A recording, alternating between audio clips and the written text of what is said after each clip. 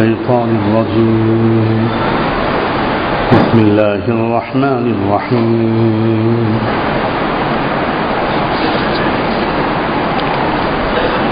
واضرب لهم مثل الحياة الدنيا كماء أنزلناه من السماء فاختلط به نبات الأرض وأصبح هشيما تذروه الرياح وكان الله على كل شيء مقتدرا المال والبنون زينة الحياة الدنيا والباقيات الصالحات خير عند ربك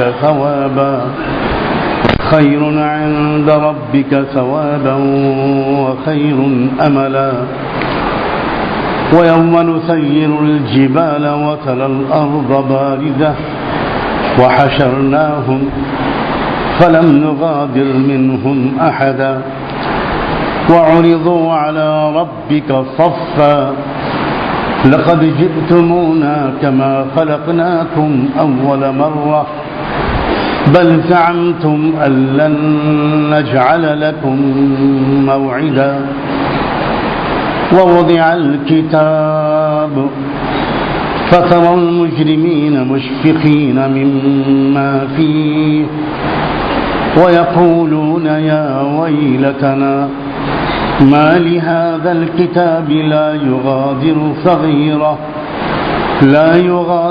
صغيرة ولا كبيرة إلا أحصاها ووجدوا ما عملوا حاضرا ولا يظلم ربك أحدا وإذ قلنا للملائكة اسجدوا لآدم فسجدوا إلا إبليس كان من الجن ففسق عن أمر ربه أفتتخذونه وذريته أولياء من دوني وهم لكم عدو بئس للظالمين بدلا ما أشهدتهم خلق السماوات والأرض ولا خلق أنفسهم وما كنت متخذ المضلين عضدا صدق الله العظيم.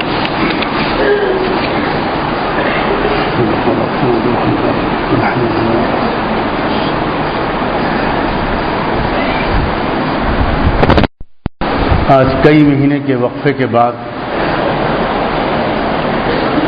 میں یہاں حاضر ہو پایا ہوں.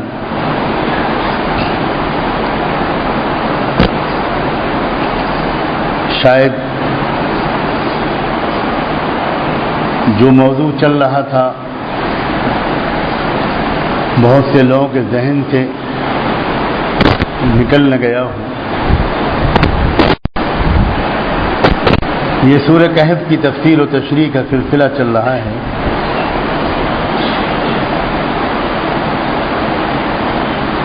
اور یہ سورت وہ ہے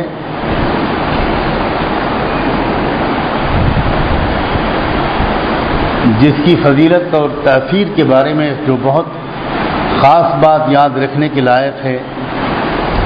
رحمت دو عالم صلی اللہ علیہ وآلہ وسلم کی بتائی ہوئی وہ یہ ہے کہ یہ سورت اور اس کی تلاوت اس کے مضامین فتنہ دجال سے حفاظت کا سامان رکھتے ہیں.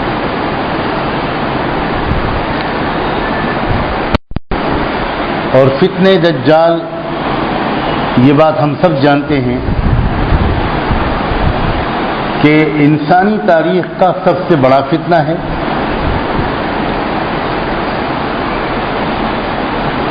ہر نبی نے اپنی اپنی امت کو اس فتنے سے باخبر کیا اور آگاہ کیا.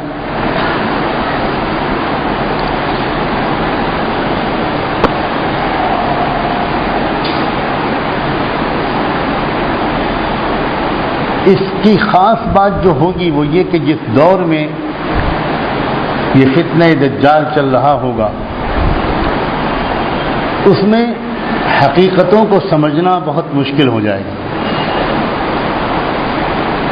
اس لیے کہ دھوکے اور فریب کا اتنا زیادہ غلبہ اور دورہ ہوگا کہ کوئی بھی چیز جو نظر آ رہی ہوگی اصل حقیقت اس کے بالکل برعکس ہوگی. یعنی ایک دور ایسا آئے گا، اللہ کے رسول صلی اللہ علیہ وسلم نے آگاہ کیا کہ ایک دور ایسا آئے گا جس میں ہر چیز میں دھوکہ ہی دھوکہ ہوگا.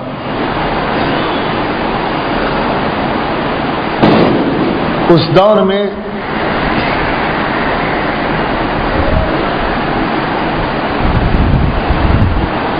پروپیگنڈے کی پوری طاقت کے ساتھ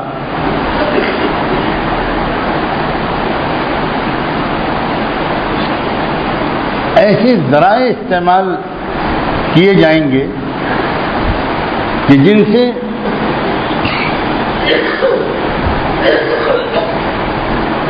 کوئی انتہائی مہلک اور نقصان دہ چیز جس میں انسانوں کے لیے بہت نقصان کا سامان ہوگا وہ بڑی مفید نظر آنے لگے گی، بڑی خوبصورت، بہت حسین نظر آنے لگے گی، اور دنیا کے اکثر لوگ دھوکے میں مبتلا ہو جائیں گے.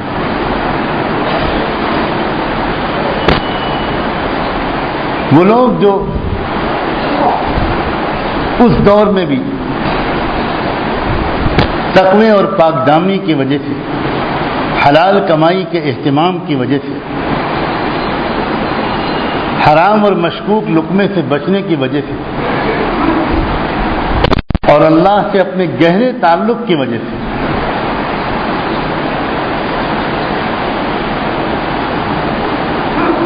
دل کی آنکھوں سے بھی دیکھتے ہوں گے، ان کو ایک فراست اور ایک نور حاصل ہوگا. صرف وہ لوگ تو اس دھوکے سے بچے رہیں گے، لیکن دنیا کی اکثریت اس فتنہ دجال میں مبتلا ہو جائے. فتنہ دجال میں مبتلا ہونے کا مطلب ہی ہے کہ وہ دھوکے میں آئیں.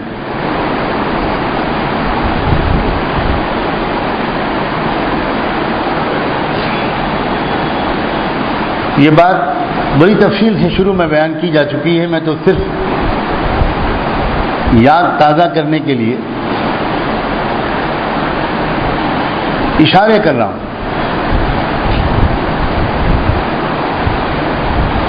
اس دور میں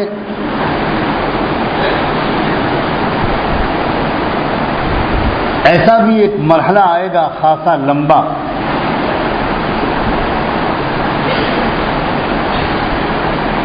جس میں دنیا میں جو گنے چنے چند اہل ایمان ہوں گے وہ پورے ماحول کو بدل ڈالنے کے بجائے اپنے آپ کو ماحول کے نقصانات سے بچانے کی کوشش کو ضروری سمجھیں گے، جس طرح اصحاب کہف نے اپنے دور میں کیا تھا. وہ گنتی کے چند نوجوان تھے اور پورا ماحول شرک و کفر اور ظلم کا تھا، اور انہوں نے اچھی طرح سمجھ لیا اور صحیح سمجھا کہ ہم 7 نوجوان مل کر اس پورے ظالمانہ نظام اور ماحول کو بدل نہیں سکتے. ہمیں تو فی الحال اپنے ایمان کو بچانے کی فکر کرنی چاہیے. چنانچہ انہوں نے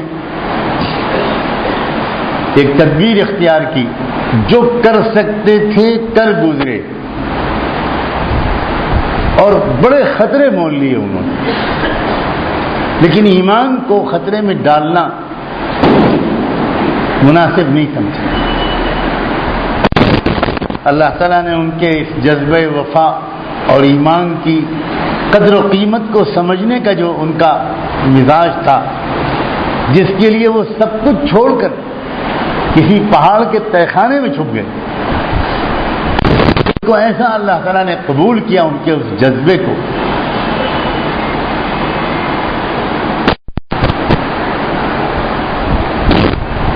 کہ ایک مدت کے بعد اللہ نے اپنے ایک زبردست غیبی اور تکوینی نظام اور منصوبے کے ذریعے سے پورے ماحول کو بدل دیا۔ وہ ماحول جو چند سو سال پہلے ظلم اور شرک اور کفر کے غلبے کا ماحول تھا، اس ماحول میں ایمان، توحید اور انصاف کا غلبہ ہو گیا، پورا سسٹم بدل گیا۔ اور مزید کرم اللہ نے یہ کیا کہ جب ماحول بدل گیا تو اپنی قدرت سے ان نوجوانوں کو اس کا موقع دیا کہ وہ خود اٹھ کر دیکھیں کہ اللہ نے کس طرح ماحول کو بدل دیا۔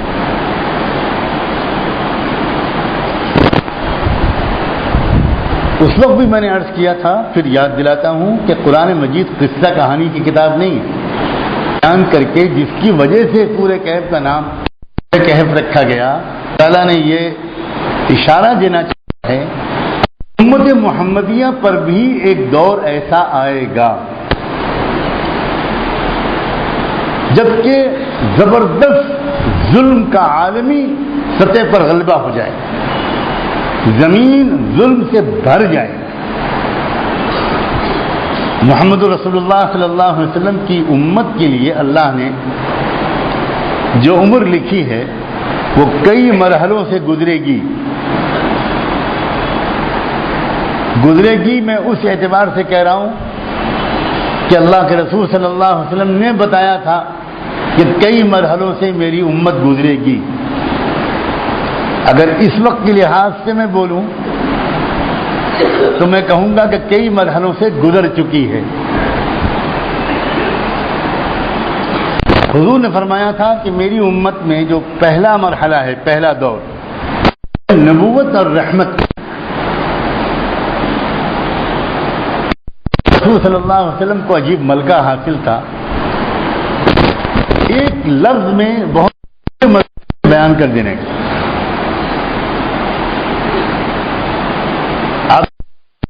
مرحلہ میری امت کا ہے نبوت اور رحمت کا، موجود ہیں تو رحمت للعالمین موجود ہے۔ تو غریب اس روحانی وجود کا انسانی نفوس پر پیار کا غلبہ ہوتا چلا گیا اور پوری دنیا چین، سکون، عافیت، محبت، رحم دلی کرنا، ایثار، ہمدردی، سخاوت، یہ ایک مزاج بن گئے۔ قلوب بدل گئے، نفوس بدل گئے، عادتیں بدل گئی، مزاج بدل گئے۔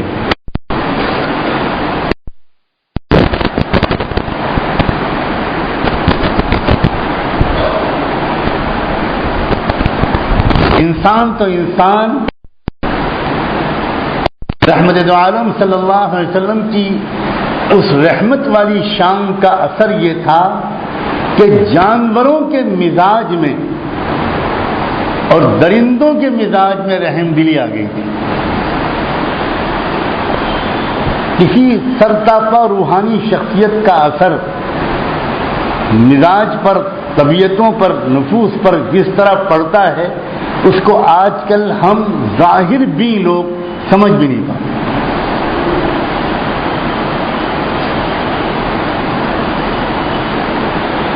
چنانچہ لوگ دیکھ کر حیران رہتے تھے، ملکوں میں اس کا چرچا ہوتا تھا، جن ملکوں میں ابھی اسلام نہیں پہنچا تھا یا انسانوں کے اندر ابھی محمد الرسول اللہ کا پیغام عام نہیں ہوا تھا، وہاں کچھ علامتیں دیکھ کر بڑے بوڑھے حیران رہتے تھے کہ یہ ہو کیا رہا ہے۔ لوگ دیکھتے تھے کہ شیر اور بکریاں ایک ہی گھاٹ سے پانی پی رہے ہیں. لوگ دیکھتے تھے کہ نہ کتے بلیوں کو چھیڑ رہے ہیں، نہ بلیاں مرغیوں پر حملہ کر رہی ہیں. یہ بالکل سچے واقعات ہیں تاریخ کے. جستجو ہوتی تھی کہ یہ ہو کیا رہا ہے.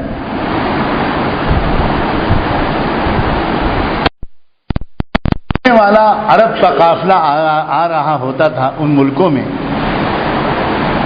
اور ان کے سامنے سوال یہ کیا ہو رہا ہے ملک میں. کبھی ایسا نہیں ہوا. دلی کے درمیان فرقہ وارانہ فسادات مسلسل ہوا کرتے.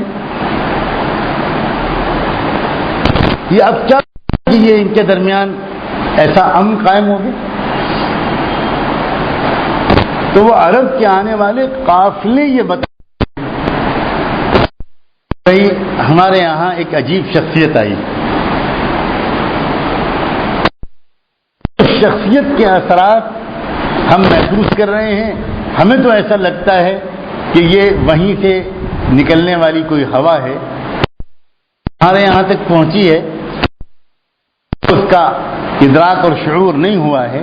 لیکن جانوروں کو جن کو جلدی شیطانی اثرات کا بھی احساس ہوتا ہے اور روحانی اثرات بھی ان کے اوپر پڑ سکتے ہیں. نبوت اور رحمت کا غور کریں. حضور نے یہ لفظ نہیں بولا کہ میری امت کی تاریخ کا پہلا دور نبوت اور ہدایت کا ہے. یہ لفظ نہیں بولا.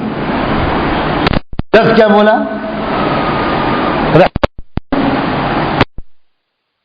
رسول صلی اللہ علیہ وسلم کے بارے میں اللہ نے جو فرمایا وما ارسلناک الا رحمۃ للعالمین. ایک دور ہوتا ہے جس دور میں انسانوں کو شدید نفرت ایک دوسرے سے ہوتی ہے. اس دور کو سمجھنا آج کے دور میں کچھ مشکل نہیں، اس لیے کہ دوبارہ وہی دور واپس آ گیا. نفرت نفرت نفرت، خون خون اور خون، گولیاں، دھماکے، قتل، غارت گری اور شدید دشمنی اور عداوت، کینہ اور بغض، اور کوئی لفظ بھی کافی نہیں ہے اس کیفیت کی ترجمانی کے لیے جو آج انسانوں کے دلوں میں ایک دوسرے کے لیے ہے، قوموں کے دلوں میں ایک دوسرے کے لیے ہے، بھائی کے دل میں بھائی کے لیے. ایک دور ہوتا ہے. یہی دور تھا جب پیدا بھیجے گئے تھے سراپا رحمت بنا کر محمد رسول اللہ. یہی دور تھا. آج کے دور میں اس کو سمجھنا مشکل نہیں ہے، لیکن جو تبدیلی اللہ کے رسول صلی اللہ علیہ وسلم کی آمد کے بعد ہوئی تھی آج کے دور میں اس کو سمجھنا مشکل ہے. البتہ ایک دور قیامت کے آنے سے پہلے اسی طرح کا تقریباً پھر آنے والا ہے. تب جا کر اس دور میں جو لوگ بھی ہوں گے سمجھنا آسان ہوگا جو محمد رسول اللہ کی آمد کے بعد اس وقت ہوئی تھی. پیار، محبت، خیر خواہی، ہر شخص ایک دوسرے سے پیار کرے گا. آج تو سچی بات یہ ہے لاکھوں گھروں میں ایک گھر ایسا ڈھونڈنا مشکل ہے جہاں 5 فیملی کے لوگوں کے درمیان شدید محبت ہو. آج کل تو سب ایک دوسرے کے ساتھ گزارا کرتے ہیں جیسے جیل کے قیدی ایک دوسرے کے ساتھ گزارا کرتے ہیں. نہ میاں اور بیوی میں محبت ہے، نہ بھائی اور بہن میں محبت ہے.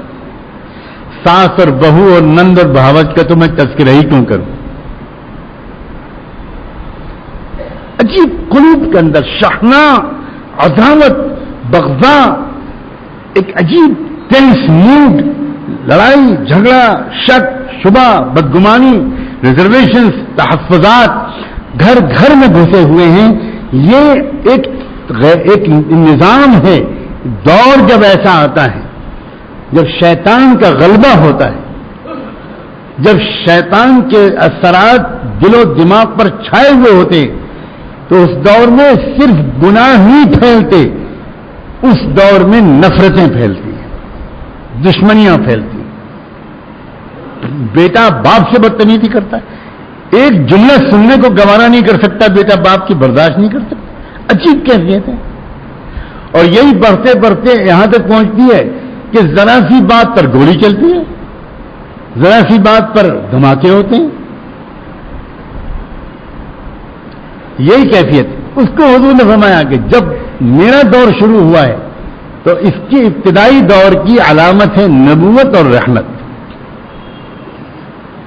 اس کے بعد آپ نے فرمایا اب جو اس میں ایک اور دور آئے گا میرے بعد، وہ ہوگا خلافت اور رحمت کا۔